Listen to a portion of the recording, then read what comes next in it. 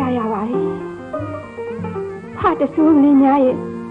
အလောင်းကြီးကြားမှာအဖပြုတ်ရှာရင်ပေါ်ရှိတ်တန်နေဟာဖြင့်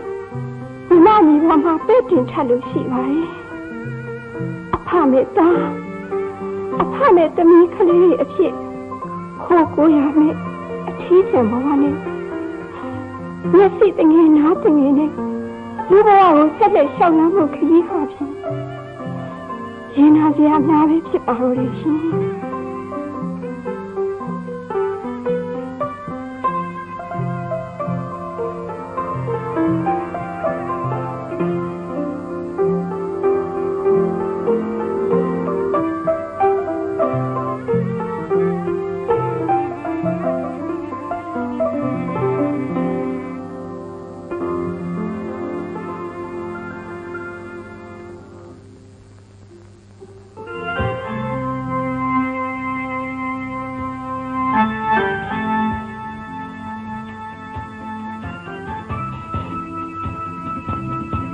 ကျုပ်ကြီးနေဝင်အင်းဆောင်ဆိုရရဲ့နိုင်ငံအတွက်ထူးခြားတဲ့ဆောင်းချက်များတွေကစော်ပွားများအာဏာသွင်းတဲ့ပြောင်းလဲတဲ့လုပ်ငန်းကြီးတစ်ရပ်ဖြစ်ပေါ်ခဲ့တယ်။လွတ်လပ်တဲ့မြန်မာနိုင်ငံအဖို့လိုအပ်နေတဲ့နယ်နိမိတ်တိုင်းတာမှုလုပ်ငန်းကိုတပ်မတော်ဟာဌာနဆိုင်ရာဝန်ထမ်းတွေနဲ့ဘာသာဆက်ဆံရေးဆိုပြီးပြည်သူမြန်မာနယ်နိမိတ်တိုင်းတာသတ်မှတ်ရေးလုပ်ငန်းကိုလုပ်ခဲ့ကြတယ်။တောင်ရီဦးစီးချုပ်ဗိုလ်ချုပ်ကြီးနေဝင်းဟာအင်းဆောင်စုကတာဝန်ကိုယူရင်းနဲ့1959ခုနှစ်စက်တင်ဘာလမှာတစ်ကြိမ်1962ခုနှစ်ဖေဖော်ဝါရီလမှာတစ်ကြိမ်တပ်မှုများညီလာခံကိုကျင်းပခဲ့တယ်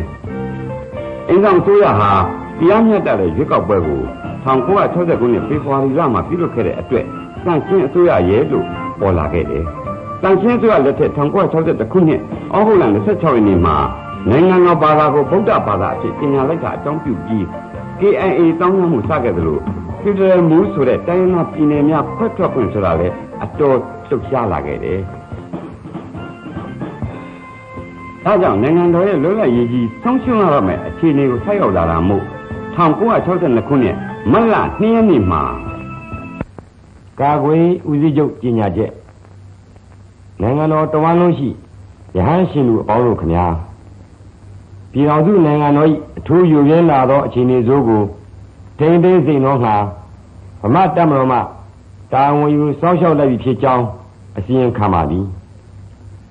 အရရရှိတိုင်းသူပြည်သားရဟန်းရှင်တို့အများသည်ကြောင်းကြစိုးရင်ပူပန်ခြင်းမဖြစ်ဘဲခါတိုင်းတာမန်ချင်းကဲ့သို့စိတ်လက်အေးချမ်းစွာမိမိတို့လုပ်ငန်းဆောင်တာများကိုဆက်လက်ဆောင်ရွက်ကြရန်မေတ္တာရက်ခံပါသည်အစိုးရအရာထမ်းမှုသားများသည်လည်းမိမိတို့တာဝန်တရားများကိုမပြတ်မကွက်ဆက်လက်ဆောင်ရွက်ကြစေလိုပါသည်အထူးသဖြင့်ပညာရေးဆိုင်ရာတာဝန်ခံများနှင့်ကျောင်းသူကျောင်းသားများသည်မိမိတို့စစ်ဆေးဖြေဆိုနေစေကိစ္စများကိုမပြတ်မကွက်ဆက်လက်ဆောင်ရွက်သွားကြရန်တိုက်တွန်းပါသည်တိုင်းသူပြည်သားအများကိုယ်စိတ်နှပြကျမ်းမာချမ်းသာရေးအတွက်ကျွန်တော်တို့အစွမ်းကုန်ကြိုးပမ်းဆောင်ရွက်ပါမည်ပုံဘုံနေဝင်း